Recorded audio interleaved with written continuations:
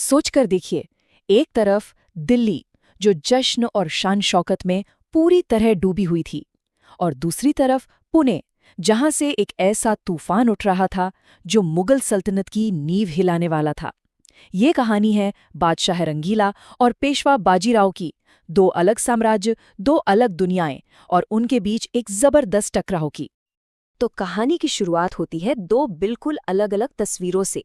एक तरफ दिल्ली में नाच गाना चल रहा था और दूसरी तरफ पुणे में एक जबरदस्त तूफान अपनी तैयारी कर रहा था। जैसा कि हमने पिछले अध्याय में देखा, दिल्ली के तख्त पर बैठे थे मोहम्मद शाह रंगीला, जो अपनी ही दुनिया में मग्न थे। उन्हें शायद इस बात की भनक तक नहीं थी कि दक्षिण में एक ऐसी शक्ति तेजी से उभर रही थी जो इतिहास का रुख बदलने वाली थी, और उस शक्ति का नाम था पेशवा बाजीराव।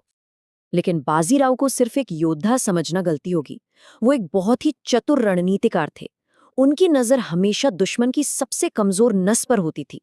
तो उन्होंने मुगल सल्तनत में क्या देखा? ये शब्द ये बाजीराव की पूरी सोच को साफ साफ बता देते हैं। उन्होंने समझ लिया था कि अवध या बंगाल जैसी टहनियों से लड़कर कुछ हासिल नहीं होगा। असली कमजोरी तो दिल्ली में है, उस सल्तनत के तने में है। सीधा तने पर वार करो, पूरा पेड़ अपने आप ढह जाएगा। और कमाल की बात तो ये है कि ये समझ बाजीराव को बहुत पहले आ गई थी। ईरान से आए नादिर शाह ने तो 1739 में दिल्ली को लूटा, लेकिन उस खोखलेपन को सालों पहले पहचानने वाला अगर कोई था तो वो थे बाजीराव। और ये सिर्फ उनकी कोई थ्योरी नहीं थी, उन्होंने इसे साबित करके दिखाया।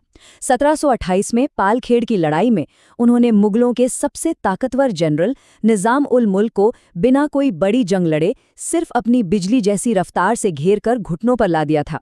ये पहला सबूत था कि बाजीराव का निशाना एकदम सटीक था। तो अब मैदान में दो खिलाड़ी हैं और दोनों एक दूसरे से बिल्कुल अलग। एक तरफ बादशाह रंगीला और दूसरी तरफ पेशवा बाजीराव। जरा इनके बीच का फर्क देखिए। ये टेबल अपने आप में पूरी कहानी कह देती है। एक तरफ रंगीला, जिनका सारा ध्यान ऐशो आराम, कला और भोग विलास पर था। दूसरी तरफ बाजीराव, जिनका एक ही मकसद था, युद्ध, विस्तार और रणनीति। एक की जिंदगी महलों में गुजर रही थी तो दूसरे की घोड़े की पीठ पर। और सच पूछिए तो यही फर्क उनकी सल्तनतों का भी फर्क था।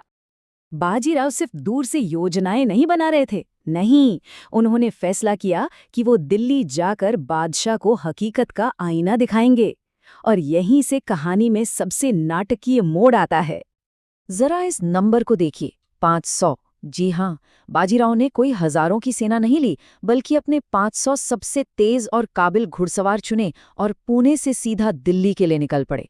यह हमला नहीं था, ये एक संदेश था।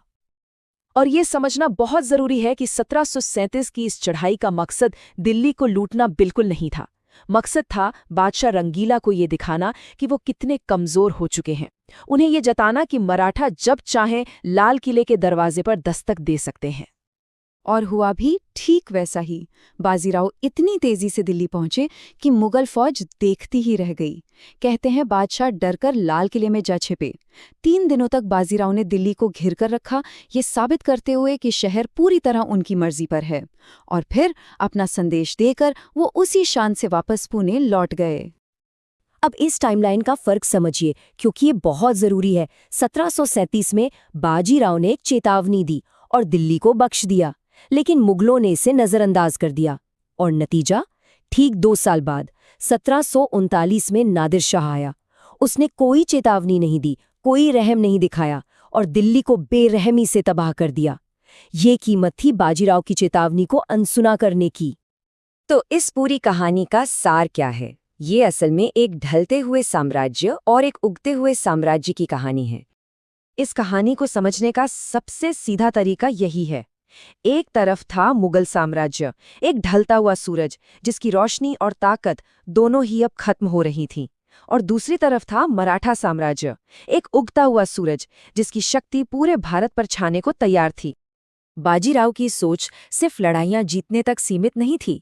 उनका एक बहुत बड़ा सपना था, हिंदू पदपातशाही। वो अटक से लेकर कटक तक एक ऐसा विशाल मराठा साम्राज्य खड़ा करना चाहते थे जो मुगलों के बिखरने से जो खालीपन आया था उसे भर सके और हिंदुस्तान की नई महाशक्ति बन सके। और उनकी ये विरासत आज भी साफ दिखाई देती है। उनके दौर में ताकतवर मुगल साम्राज्य सिकुड़कर दिल्ली के आसपास सिमट गया, जबकि मराठों का भगवा झंडा पूरे उत्तर भारत पर लहराने लगा। सच तो ये है कि बाजीराव ने एक ऐसी ताकत की नींव रखी जो अगले कई दशकों तक हिंदुस्तान की तकदीर लिखने वाली थी। और आखिर में हम आपको इसी एक सवाल के साथ छोड़ जाते हैं। जरा सोचिए, अगर 1737 में बादशाह रंगीला ने बाजीराव की उस दस्तक को, उस चेतावनी को गंभीरता से लिया होता, तो क्या दिल्ली का इतिहास कुछ और होता? क्या 2 साल बाद होने वाली वो भयानक तबाही कभी होती ही नहीं? इतिहास के ये क्या अगर वाले सवाल ही हमें सबसे बड़ा सबक सिखाते हैं।